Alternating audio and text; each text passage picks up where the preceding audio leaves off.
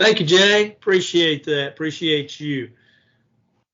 Thank you for being with us this evening. We hope, as George prayed, and thank you, George, for that good prayer. We hope that you'll stay safe the next few days. Don't take any risks that you don't have to take. The weather is being forecasted as being fairly bad, and so we hope that you'll be safe, be warm, stay in, and hopefully you have everything that you need. If you don't, you can give us a call, and we'll see if we can help you in any way. But just let us know, and we'll see what we can do. If you have your Bibles with you, turn to Matthew 13. That will be our text for this evening. If you're doing Month with the Master, and I kind of hope that you are, hopefully we've been giving you some food for thought from some of the things you've been reading. And if you read yesterday's text, you read the 13th chapter of the book of Matthew. And in it, you found a bunch of parables. Well, let's talk about them for a minute. Ron Rose, in his book, 7 Things That Children Remember from Their Families, is an interesting book. It was written quite a few years ago, actually. But one of the things that Ron Rose says that kids remember in their childhood or from their childhood is stories. They remember the stories that grandmama and granddaddy tell them. They remember the stories that mom and dad tell them. And stories do have a way of sticking with you.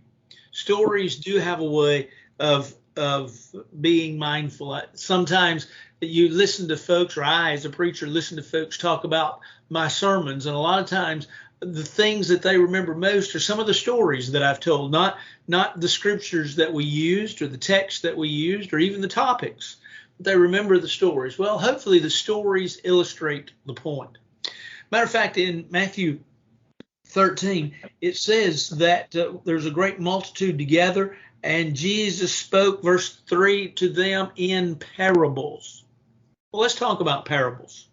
What is a parable? Well, the Greek word parable or parabolane, literally means to throw beside. It's the idea of throwing one thing beside another.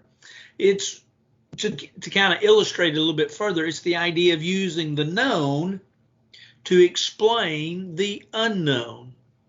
And if you look at the parables of Jesus, and he often used them, he often used stories.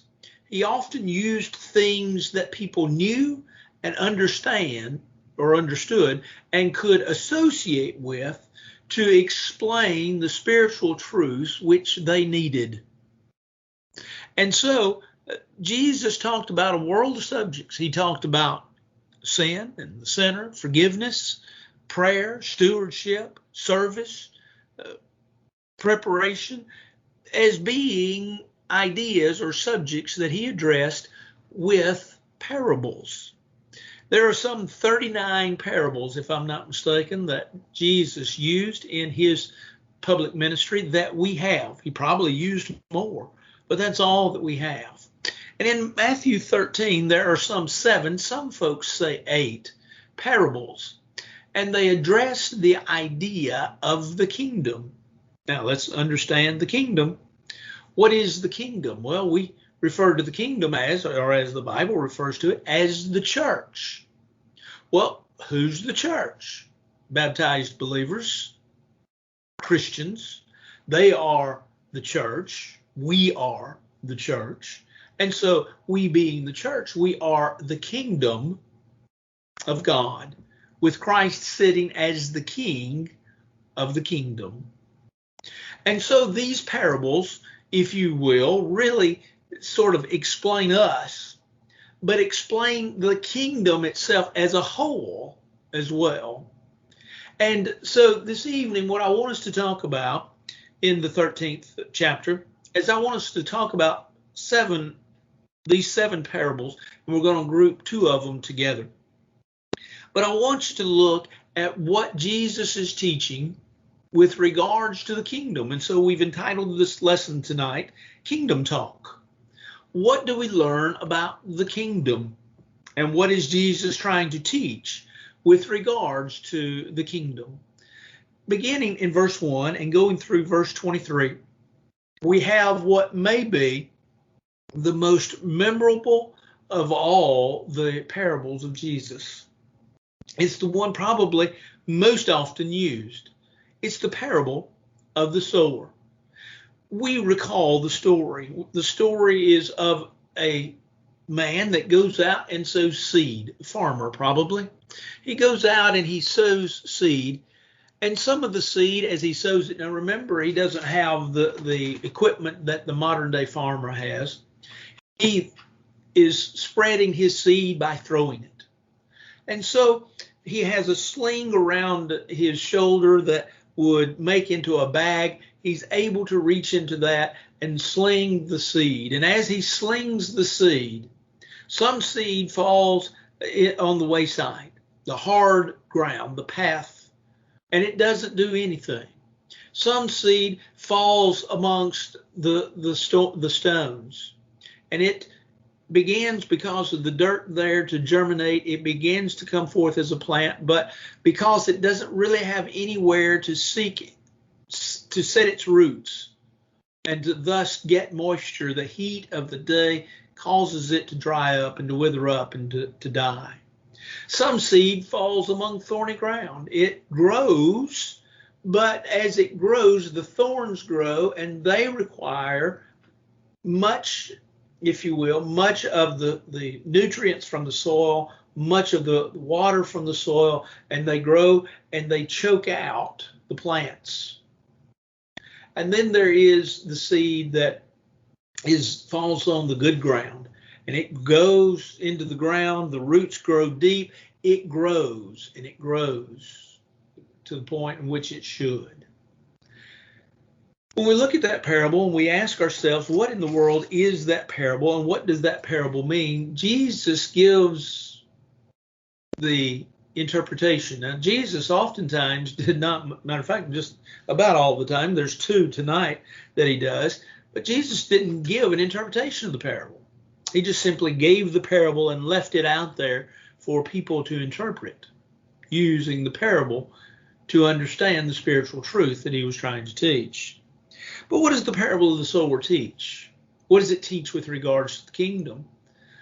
It teaches a lot of what we talked about a little bit this morning. You know, we talked about this morning, if you were with us, we talked about Matthew chapter 10, and we talked about as you go forth, and how that Jesus makes the statement that as he was sending the apostles out on the limited commission, that not everybody's going to listen. Well, each seed represents people. First of all, the seed that fell by the wayside, some folks just don't listen. The seed then that fell on the rocky ground are those that became Christians, and then temptation comes their way and they give up. Then the seed that fell amongst the thorns, Jesus says, well, that's those that began well, are growing real well, but the things around them, the cares and the worldly things around them, choke out their spiritual existence, and they soon dry up and die as well. But the good ground represents the good and honest heart of the individual that hears the word, receives it, takes it in, believes it, follows it, and does exactly what they're supposed to do. You see, when we hear the gospel, we make a response to it, don't we? In Joshua 24, Joshua had talked to the children of Israel, and here's what he said: choose you this day whom you will serve. But he goes on to say, but as for me and my house, we'll serve the Lord. There's a choice to be made. The great invitation of Matthew 11:28, come unto me, all you who labor and are heavy laden, and I will give you rest, is an invitation that's open. But folks must accept it. The attitude must be right. You see, Jesus is teaching with regards to the kingdom. He's basically saying there's some folks that are not going to like it, and they're not going to be a part of it. They're just going to leave it behind. Some folks are going to listen to it and accept it, but as things get a little bit hard, they're going to leave it. Some are going to accept it, but the things of this world are going to choke it out in their life. And some are truly going to accept the gospel, listen to it, love it, learn from it, lean upon it, and live it to the very best of their ability. And so Jesus, in teaching here with regards to the kingdom, says, know that there are all kinds of people, some not going to accept, some are going to accept and not make it, but some that will accept. That is the good ground. But then there's a second parable that Jesus mentions. It's the parable of the tares. We find that parable beginning in verse 24 and going through verse 30. It's the parable of a man that goes out and he sows seed. He's a good man. He goes out and he sows good seed in his field. But then when he goes to sleep, his enemy comes in. And his enemy sows what's called, verse 25, tares, what we would liken unto weeds. In other words, here's a man that goes out and he sows good seed, expecting a good bumper crop. But while he is not around the field, his enemy comes in and sows weeds. Well, his servants come in and they ask him, they say, wait a minute, sir, didn't you sow good seed? And the master says, well, sure. And they said, well, we've got weeds growing in amongst the wheat. What should we do? Should we pull out the wheat or the weeds so as they would not, if you will, overtake the wheat? And the master says, no, let them both grow up, let them grow to maturity. And once we begin to harvest, we'll harvest the weeds out and we'll pull them out then to get rid of them. And we'll take them away and we'll burn them and we'll take the harvest and take what's there.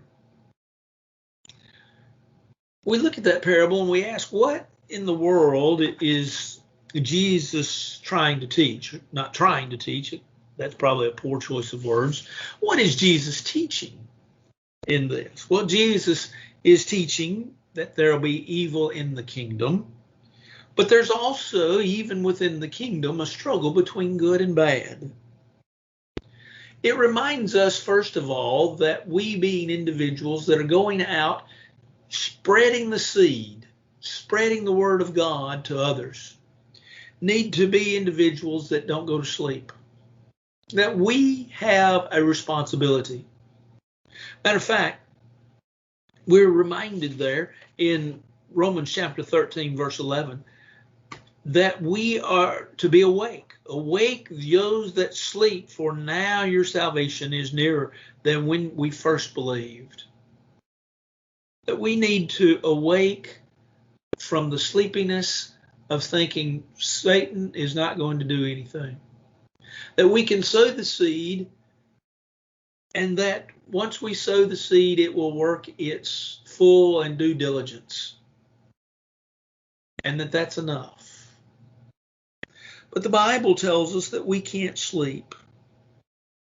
That while we may discount or we may even wink at Satan and his workings, the truth is that we need to realize and to acknowledge and hold on to the fact that Satan is working and no man can serve two masters.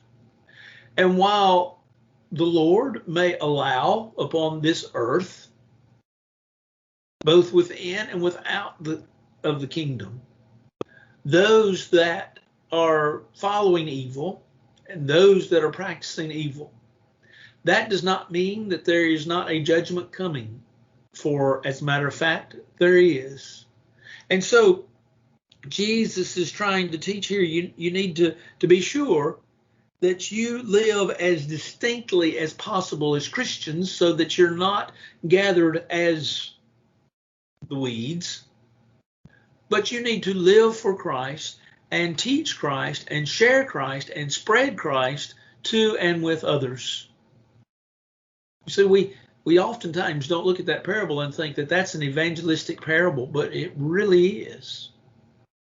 It's telling us to be sure that we do not discount the works of Satan. I was thinking of different individuals this week that I've studied with in times past. And I recall back many years ago, matter of fact, I was working summer intern work at my home congregation. And I went out with another individual, and we studied with a lady. We studied one day, one afternoon with her. And we made an appointment after that study to come back the next week. And when we got there, we noticed that the reception that she gave us at the door was different.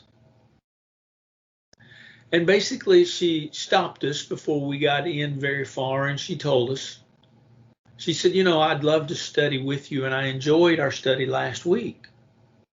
But my preacher has told me that you don't teach things that are true and not to study with you anymore. So we asked her, we don't mean to be offensive, but we do try to teach what the Bible teaches. Do you recall anything that we taught you that we didn't show Bible for? And she said no, but she said her preacher said don't study with you anymore, and so I'm not going to study with you anymore. And I think about that, and I think about this parable. We went in, we sowed the good seed, she listened, but then Satan came along. And unfortunately, at least at that point, Satan won. Now, I don't know the rest of her story. But we need to remember that Satan is at work. And so while we work diligently to spread the gospel, let us understand that there will always be a struggle between good and bad. But then the third and the fourth parable I want to combine because there's so much alike with regards to, well, let's just look at the mustard seed. Let's just look at the third parable. The third parable gives us the idea of a small beginning.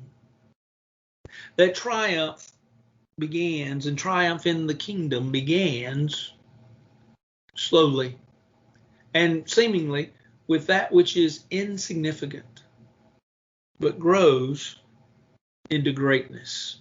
If you look beginning in verses 31 and 32, you notice that it says the kingdom of heaven is likened to a mustard seed, which a man took and sowed in the field.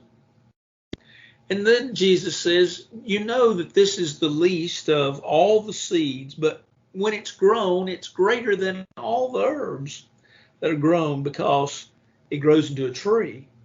And the birds of the air come, and they nest in its branches. Well, let's understand 2-3 things about the mustard seed. Let's understand, first of all, that the mustard seed in Palestine is about as big as a period at the end of a sentence. It's not very big at all. It's different from the mustard seed that we plant in our gardens in the fall and spring. Our mustard seed may seed out, as it was called where I grew up. And we often think, well, when it seeds out at about 2.5, 3 feet.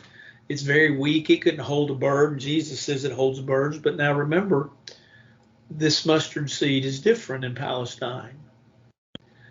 If they are allowed to go and seed out, they can grow as tall as 8 feet and have several branches and be strong enough to support a bird. Jesus says here, look, this mustard seed begins as something very small, but grows into something that's very big. What's the lesson being taught? The lesson being taught is that from small beginnings, triumph of the kingdom will occur, and it will grow. When we look back in the book of Acts, we see in Acts chapter 2, the early church, the day of Pentecost, we see Peter preaching, really with the other apostles, but we have Peter's account of preaching the first gospel sermon. And there in Acts chapter 2, we see in verse 41, those that gladly received the word were baptized, and there were added that day about 3,000 souls. And so the kingdom grew by 3,000 individuals on the day of Pentecost. But then the Bible tells us in Acts chapter 2 that they continued with one accord in the temple, and verse 47, praising God, and daily the Lord added to the church those who were saved. Now, if you go on and you look in the 4th chapter, verse 4, you see that the number of men that obeyed were about 5,000. And you keep going in the book of Acts, and you'll see, sometimes you'll see a number, and sometimes you'll just simply see the Lord added. You'll see households that were converted to the cause of Jesus Christ, and you'll see individuals such as the jailer or Cornelius or Lydia. You'll see the word of God planted, and you'll see folks that are the good ground, and sometimes it's a lot of folks, and sometimes it's only one or two. When I was baptized into Jesus Christ for the remission of my sins in 1974, I was 12 years old. And it was in a gospel meeting. And on the night that I was baptized in July, during that gospel meeting, there were 9 of us that were baptized into Jesus Christ for the remission of sins. There were 5 girls and 4 boys, and we were all baptized that night. You don't hear of that many baptisms anymore. Granted, that was a long time ago. And when we talk to churches today, most or a good number of churches don't even get into the double-digit numbers of baptisms. And so we grow, if you will, more slowly, one at a time, bit by bit, drop by drop, little by little. We do, as we said this morning, we do have the greatest of messages. We do share the greatest of hope that the Hebrew writer says in Hebrews chapter 6 is the anchor of the soul. And we do have the greatest benefit package. This is the testimony that God has given to us eternal life, and the life is in his Son, 1 John chapter 5 and verse 11. And thus, it becomes our responsibility. We, as part of the kingdom, have the responsibility to make sure that the kingdom grows. For whom the whole body is joined and knit together, by which every joint supplies according to the effective working by which every part does its share, causes growth of the body for the edifying of itself in love. Ephesians chapter 4 and verse 16. You see, we in the body work to encourage each other in the body, but also not only to encourage each other so that we can make each other strong, but also to reach out into the community so that folks may hear the gospel, may hear the good message, may respond in a positive way, so that the kingdom will grow. And so Jesus teaches the folks in this parable. He says, think about the progression of thought. People are going to hear differently, was the first parable. In the second parable, there's going to be good and righteous. In the third parable, he says the kingdom's going to grow. Well, how is it going to grow? Well, isn't that great? Because verse 33 gives us the next parable and tells us exactly how it's going to grow. It's the parable of the leaven. Notice that Jesus says in verse 33, he says, the kingdom of heaven is likened to a woman that took leaven and hid it in 3 measures of meal till it all was leavened. 3 measures would be somewhere around 2 pecks in our measuring of measures today. So this is not a small amount. It's a fairly good amount. But what is leaven? Well, leaven we know is yeast. And leaven is an influencing agent. Years ago, my wife used to make sourdough bread. The reason she quit making sourdough bread is because we found ourselves on the end of growing when we didn't really need to grow. But sourdough bread had, if you will, a yeast concoction, a liquid, which was put into the dough. Now, in biblical times, they would take leaven and they would put it right into the middle of the dough, and then they would work the dough up. And what would happen is that yeast would start, if you will, kind of being placed in the center of the dough, and then as it was worked in, it would gradually touch all areas and all points until it was completely filled with leaven.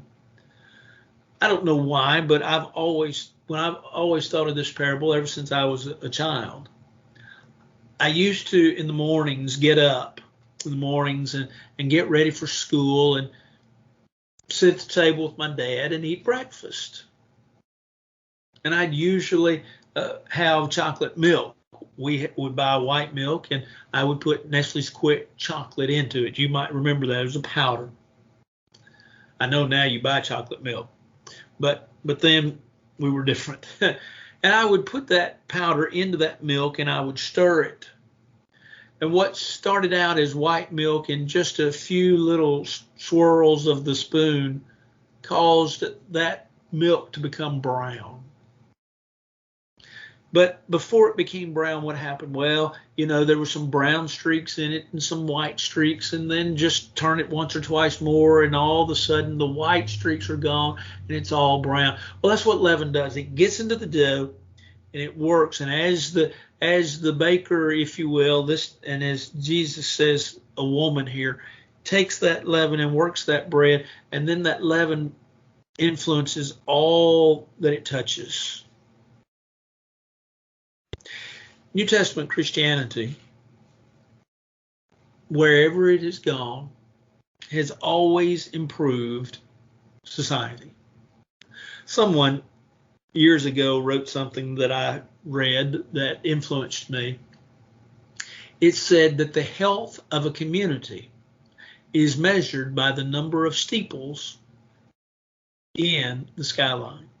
Now, this individual was not, if you will, he was not saying one faith was better than another. He was just saying that anywhere there was Bible taught, that it influenced for good those who heard it. Well, if we go back to the pages of the New Testament, and not just to the pages of the New Testament, but we also look at some history that surrounds that time period, we know that the introduction of the gospel into communities taught and improved the love and the relationship between others. Crucifixion, which was a practice amongst the Romans, that crucifixion was abolished because of Christianity. Slavery declined. The practice of infanticide was repressed because of Bible teaching. Womanhood was elevated, and the dignity of labor and working was raised because of the Bible, because of the influencing agent of the Bible. And so Jesus teaches here, you need to know that the kingdom is going to touch the world. It's going to change the world, and it's going to change the world in a positive direction. Jesus, in talking about us individually, says, "You are the light of the world. A city set on a hill cannot be hid. Neither do men light a candle and put it under a bushel basket, but put it on a candlestick for all men everywhere to see. Let your light so shine before men, that they may see your good works and glorify your Father which is in heaven." You become the influencing agent. You become the one that shines in the midst of darkness. And as you shine in the midst of darkness, you represent the kingdom because you're part of the kingdom, but you're influencing those around you. Dear friends, as we live our life, people are better because we've lived a consistent life for God.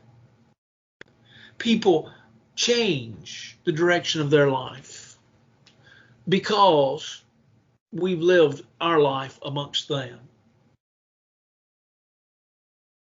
You've probably had it told of you, or at least I hope you have, People have shared with you, we are better because you are here. As leaven, we influence others, and so folks are better because we're there. But then go back, and now we get to the two. I'm sorry, I jumped ahead of myself a while ago. We get to the two parables that are combined, the parable of the hidden treasure and the parable of the pearl of great price.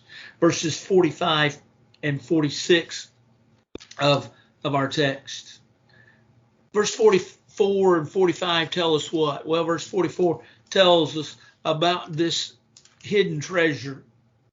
Jesus says that the kingdom of heaven's like this treasure that's hidden in a field, and a man finds it and he hides it. And for joy, he goes and he sells all that he has and he buys that field. Now, I know that when you look at that at the beginning, you say, wait a minute, what's he doing in a field that he's about to buy? What are the ethical considerations in the fact that he doesn't tell the owner there's a treasure in the field, but he goes out and buys the field? Set all that aside, because there are things that you're supposing that may not be fair in supposing. This man goes out and he finds a treasure in the field, so what does he do? He goes and he sells all that he has because that field is so valuable to him. And then the parable of the pearl of great price. How that the man finds, he's been searching for a pearl. He's probably a merchant, a pearl merchant. He deals in pearls, and he's been looking for the perfect pearl, and now he's found it. He goes and he sells. He sold all that he had. He probably had other pearls. He sold them. He sold everything in order to have all that he needed to buy this one pearl, because it was so perfect. It was just what he wanted. It was just what he needed. These two parables teach us the value of the kingdom. That the church, the kingdom, has great value. Value is determined by the cost of something, isn't it? And the cost is usually set by the market. In other words, what it will bring. The cost for the kingdom was Christ, wasn't it? In 1 Peter chapter 1, verse 18 and 19, Peter wrote, knowing that you were redeemed not with corruptible things like silver and gold, but how? But by the blood of Christ. He says you weren't redeemed with such things, such corruptible things as silver and gold from the aimless conduct received by the tradition of your fathers, but by the blood of Christ. You see, the kingdom was purchased by the blood of Christ, and thus it's owned by Christ. And when Peter made that great confession that you are the Christ, the Son of the living God, he's telling us Christ is the King of the kingdom. The value then is that which we seek after. And when Jesus goes after Nathan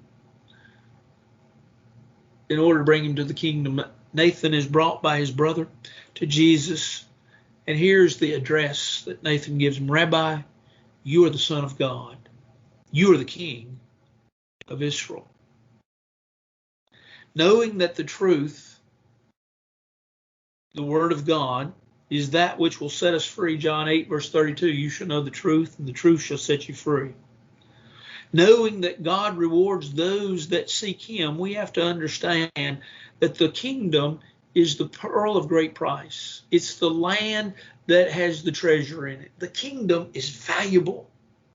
It's worth everything that we have in this world. It should be, as we mentioned this morning, our number one priority. It should be that for which we seek after.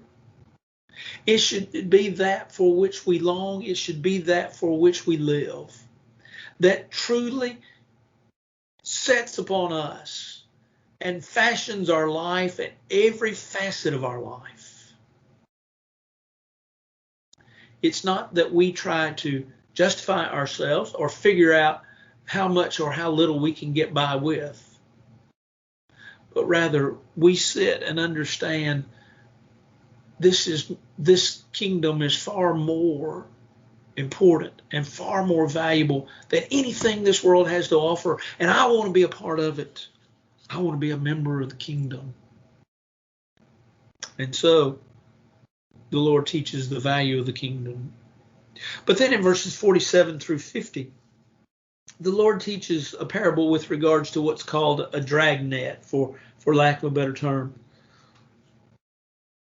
If you know what a seine net is, this is what the term means. It's the idea of a seine net. Now, a seine net is that which is thrown out into the water, and then it envelops the area in which it is, and it gets everything. It catches everything because the little, if you will, the little space in between the twine or what the fishing line or whatever is used is so small that every fish is caught that's in that area where it was thrown. Every fish is caught as it's dragged into the boat or to shore.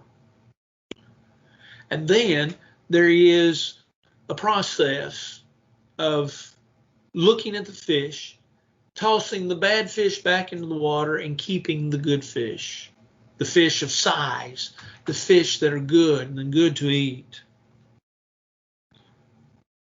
What is Jesus trying to teach?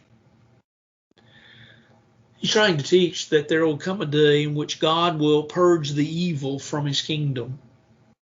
In other words, we must all, according to 2 Corinthians chapter 5 and verse 10, we must all appear before the judgment seat of Christ. There is a judgment coming. The second coming of the Lord, in which we know of the events of the day. The trumpet shall sound, the dead will arise, the living will be changed, and we'll all be caught up to meet the Lord in the air.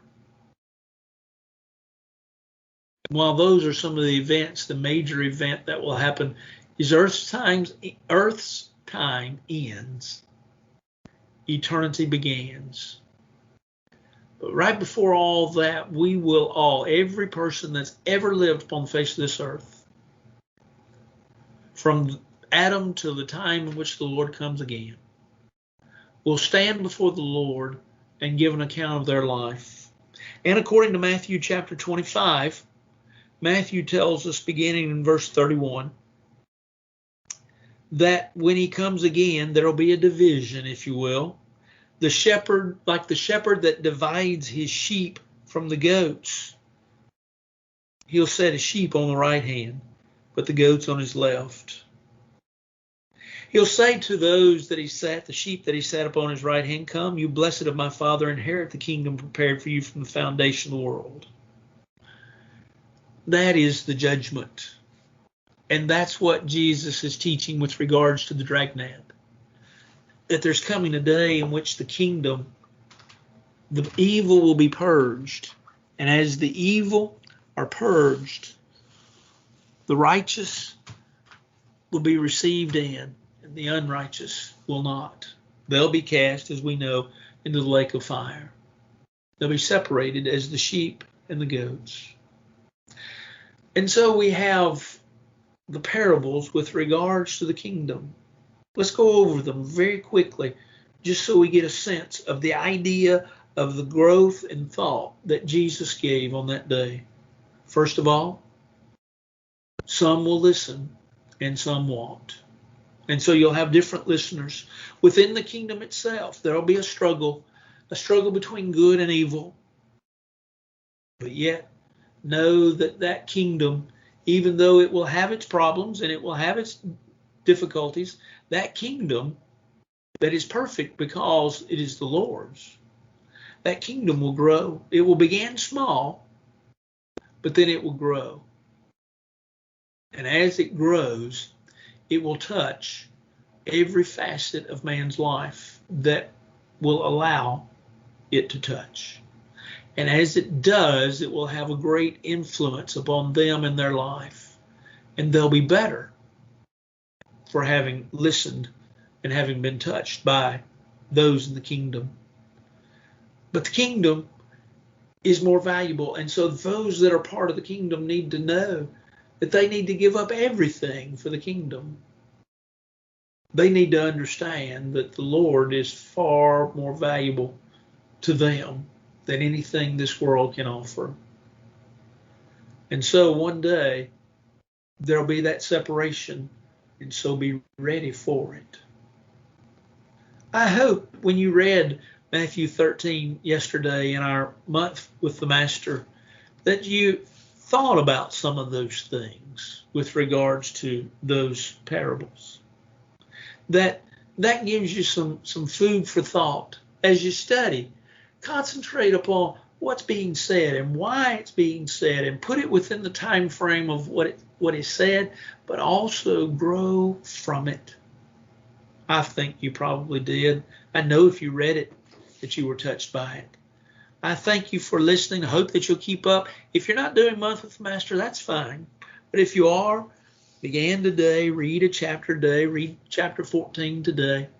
You'll have time with the bad weather this week to read. Just read a chapter a day and concentrate on it, and we'll have 2 lessons next week out of the text that you've read. We thank you for listening. I do hope you have a great week. Do be safe. We love you. If you need anything, give us a holler, and we'll see what we can do to help you. Until next time, may God bless you and keep you is my prayer. Hope you have a great night.